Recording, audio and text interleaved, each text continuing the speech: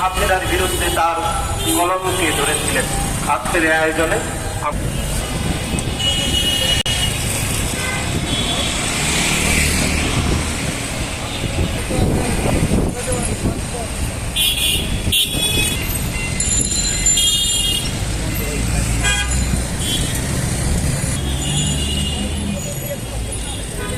আহ্বান রেখে আবারও একাত্মতা ঘোষণা করে সমবেত অবস্থান আমরা এখানে দেখতে পাচ্ছি।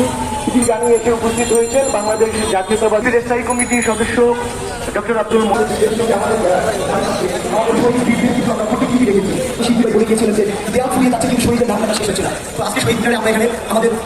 এই গণতান্ত্রিক এই লড়াইয়ে তিনি আমাদেরও সহযোদ্ধা। আমি জাহিদ ভাইকে তার বক্তব্য রাখার জন্য অনুরোধ জানাচ্ছি।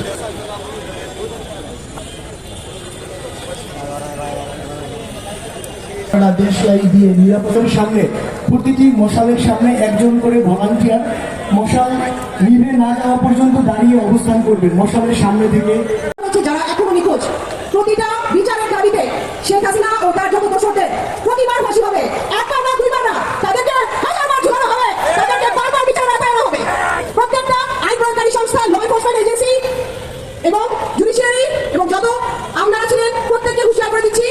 আপনারা দেখেছেন আমার ভাইদের সাহসের কাছে আমার এই ভাইরা যারা 16 বছর 11 বছর থেকে এবং যারা 20-24 বছরের ছাত্ররা, তারা আপনাদেরকে দেখে